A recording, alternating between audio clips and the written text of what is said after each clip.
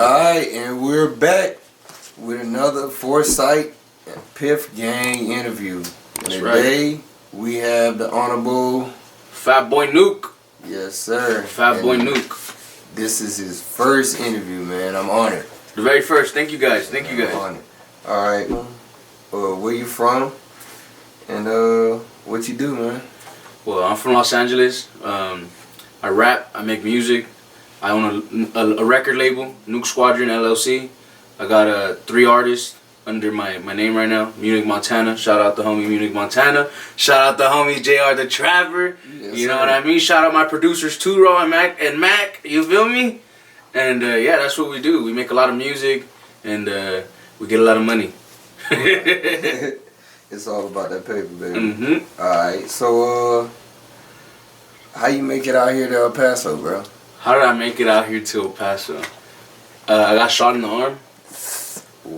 So that kind of like started this beef in LA.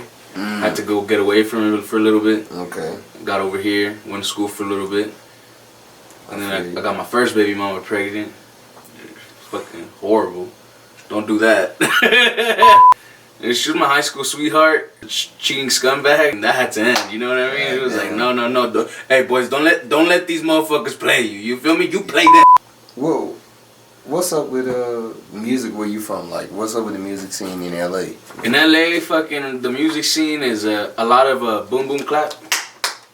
You feel me? So it's mixed with like dumbbells. There's a lot of dumbbells and shit, and like cowbells and all that shit. And we pretty much make West Coast music. We're expanding right now, and we're getting different artists. So we're going into Spanish music as well.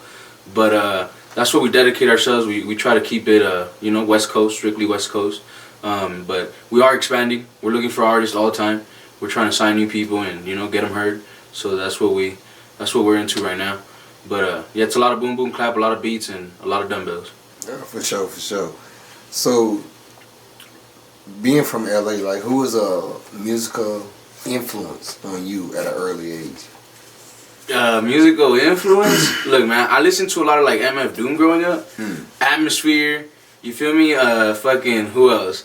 Right now, I like a lot of Conway the Machine, but that's right now. Growing up, it was just a lot of Atmosphere, MF Doom, Gangstar, The Guru, as you know, the legends. You feel me? Yeah. I really didn't listen to West Coast music. I kind of listened more to like, other than like Eminem, but he's from Detroit, and like and Dr. Dre and shit, but and 50 Cent when they had the little shit going on. That's all I really listened to. And what Dre he from? And Dre from the West Coast. But funny story is, I've never been to a concert in my life.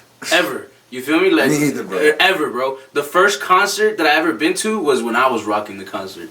Like, I was performing at the concert. Never went to a fucking concert. Never like liked anybody or really idolized anybody like that. But the ones that I did fuck with was like the old school rap and shit.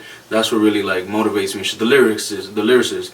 I don't really like the new school shit too much, but I still fucks with it. Since you've been out here 7 years, you got a pretty good grasp on the music scene.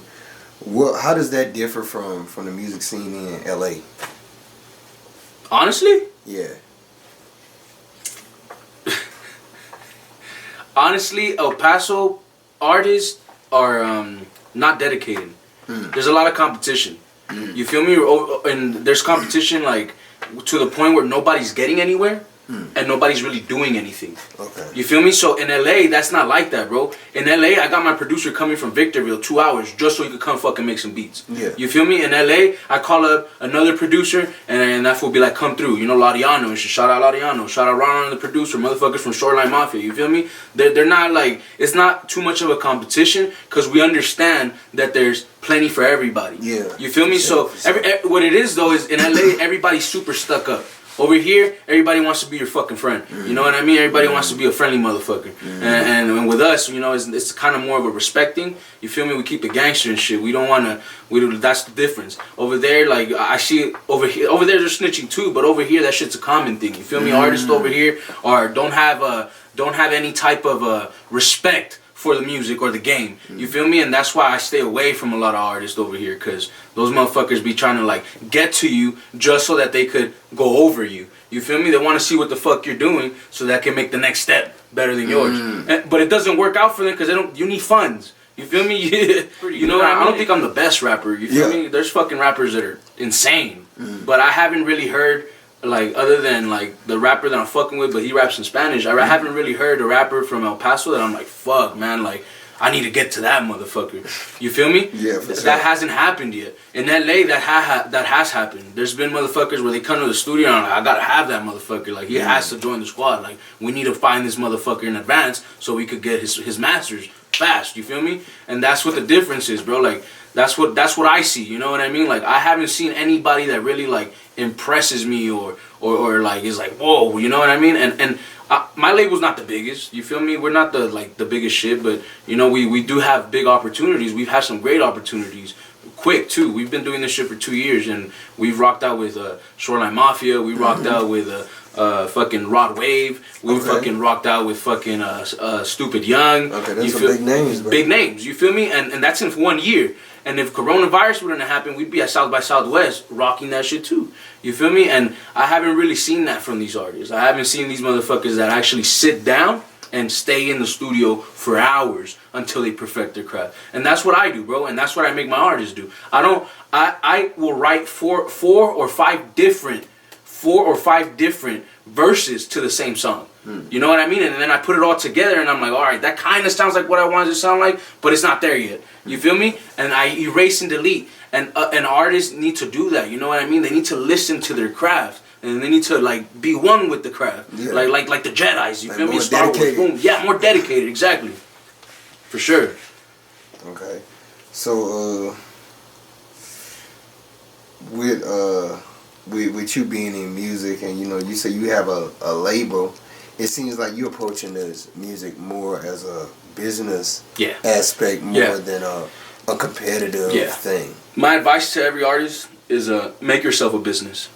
You want a label to take you serious, a bigger label, you know, or an independent label is you take yourself serious. You make yourself a business. You print merchandise. You get those T-shirts out. You get your music out. You get those videos out. You feel me? Shout out my boy Emmett. Go get those videos.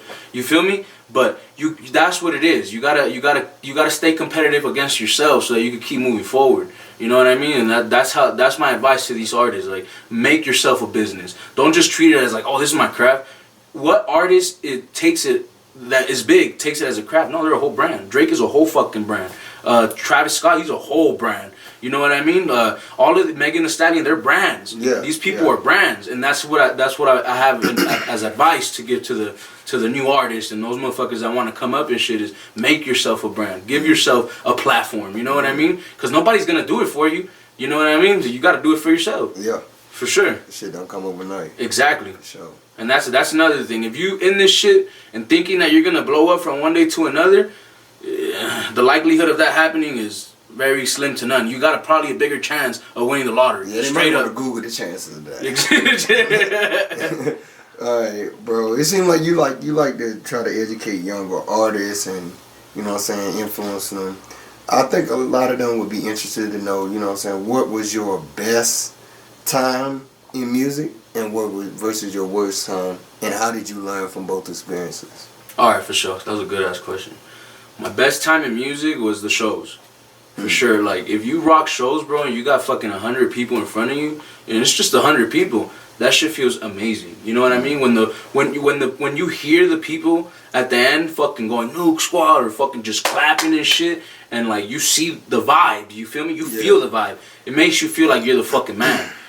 That was probably the best time in my career as a rapper, you know. And then fucking coronavirus hit, you know. And I think the worst time has been this last year because we had to bring down production to where we were advancing a fuckload to like where we didn't know what the fuck was going on. We had to adjust to what was going on. The shows just stopped out of nowhere. Fucking like the production stopped out of nowhere. You know, video men didn't want to come out and shit because of the coronavirus. The producers didn't want to come out. So it was a very, very slow year. I'm sure for everyone and shit, you know what I mean? But it was a hard hit for us and shit. I lost a fucking smoke shop, you know what I mean, because of coronavirus. I fucking had a label with the studio already, like everything set up. I lost that shit too. So that's probably like the most real shit, you know, that happened to me that I could really say that like that shit was a punch to the gut. But as a person that's dedicated, you know what I mean, and as an artist, and as a motherfucker that always wants more, it's just a loss. You feel me? You wipe off those losses and you come back up and do it again. You know what I mean? The next time you do it, you just do it better. And that's how I see it. You know what I mean? Like I didn't go bankrupt, thank God, and I didn't fucking have to like lose anything other than the shit that I lost. So it wasn't really too much of a loss, but it did hurt. You know, it hurts you as a man and shit to lose. But fuck it, what are you gonna do? You can't cry with spilled milk for sure, bro. Exactly. Alright, so I'm kind of interested in something that you used to believe in coming into music, and now you no longer believe in, and why that is. I don't believe in labels anymore. When we barely got in this shit, like our big goal, so fucking Whack 100 and some fool named Sean King, fucking they offered us $175K each. This is a true story, for sure. Like, they offered us $175K each to sign at the very beginning, bro. I'm talking about, like, we probably had, like, 7 months in. You know what I mean? Luckily, we said no. Any other idiot would have been like, hell yeah, I need those 175 fucking K. You know, that's 475,000. Who the fuck's gonna say no? My sister was mad. My mom was like, you're a fucking dumbass. My brother was like, you're an idiot. You know what I mean? The offenses started coming in. Yeah. The homies, though, the motherfuckers in my label were like, fuck those motherfuckers. We gonna do this shit on our own. If they're offering us 475K right now and we don't have shit, imagine when we're fucking standing tall, what the fuck they're gonna try to give us. So that's what I did. I added some worth to us. I gave some leverage to ourselves. You know what I mean? And that's what you need, leverage. Because let me tell you something. I don't know if you guys know about Russ. Russ, right? He talks about this shit. He talks about leverage and how when he went to go sign, he was already popping. He already had fucking like $400,000 worth of fucking music in his shit, and that was his leverage. And when he went to the label, he dropped an album. He got a $4 million advance, and they didn't touch his other shit. So now he has all of these numbers going up. You know what I mean? And this belongs to the label. Fuck it, you can keep that. You know, that's yours. Yeah. But the rest of the shit's mine. You got money forever now, you feel me? And that's what it is. The leverage is more important. That's just the key to this shit. You know what I mean? So I think that's what I see from the beginning to the end. Like, don't really believe these labels and shit. They're gonna try to sell you anything. They're gonna try to tell you anything you want to hear. You know what I mean? Just to fucking sign your masters. Because when you're good at something, take it from me. You know, I sign people. Take it from me. When you're good at something, we want to take your masters. It's that simple. We want them. Why not? You know what I mean? Like, that's what we want. I'll give you 10 G's to take your masters. Why not? What if one of your songs pops off? Do you know how much 1 million streams is? You know what I mean? Yeah, it's like fucking on one platform is $4,000. You know what I mean?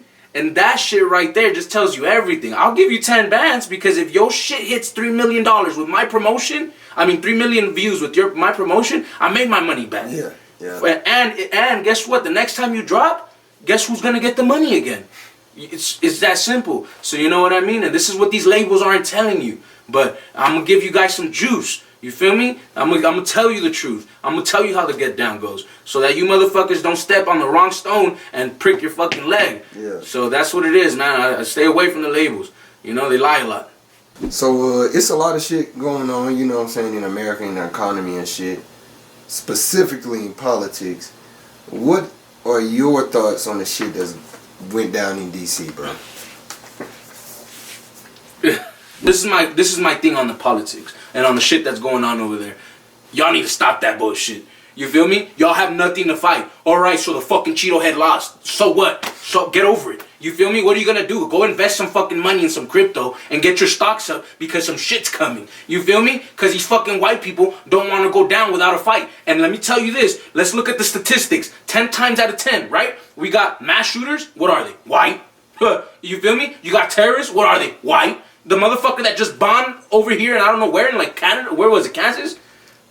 Where they bombed that shit. Yeah, I know you're talking about. You know what I'm talking about? Yeah. What was he? Yeah. White? You feel me? Yeah, so time after time, even the Las Vegas shooting, time after time, even the El Paso shooting, time after time, we see a more violent streak come from white people. And let me tell you why. Because they want to keep the minorities. They want them to not be able to get up. They don't want you to live your best life. They don't want you to know about credit.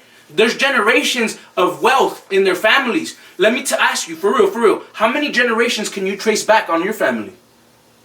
It's myself, really. I'm being honest. The average black and Mexican man can only trace themselves or their grandparents and their mom's parents. Yeah. But after that, they can't. The average white person has generations they can trace back. They're spoon-fed motherfuckers. So it's a complete different thing. There shouldn't even be any fighting. You should just, when you're defeated. And there's nothing else to do. That's it. You know, you try again in 4 years. And that's it. And if you win in 4 years, good for you. And if you don't, what the fuck you gonna do? Terrorize the whole America over some dumb Cheeto head? Whatever, man. That's what I feel. Shit makes me mad. Fuck politics. 2, 1. Hypothetically speaking. Alright, bro. Hypothetically speaking. You got a girlfriend, bro? I do. Alright, so hypothetically speaking. You and your girl, y'all together, y'all on great terms. Y'all been doing so good in a relationship. But Meg Thee Stallion, she wants you, bro. She want to make a sex tape. The catch? You gonna get caught. What you doing, man? Damn, big dog. I gotta know, man. What you gonna do? Fuck, bro. I don't want to get caught. I also don't want to lose my bitch. So I might just invite my bitch then. You feel me? She gonna have to eat some pussy. Okay. You want to let the people know where they can find you at, bro? Yeah, you can find me on nukesquadron.com. You feel me? You can find all our lineup right there, all our catalog. You can find me on Instagram under FatBoyNuke or nuke.squad. And that's pretty much how you could find us. And if you fuck with us, you know, go like my shit and listen to our music and shit. And, you know, and have a nice day and shit, a nice life. Invest. And keep your heads up and shit. You know what I mean? Life's tough. Sure. Thanks, big dog. Appreciate being here. That's it. That's it.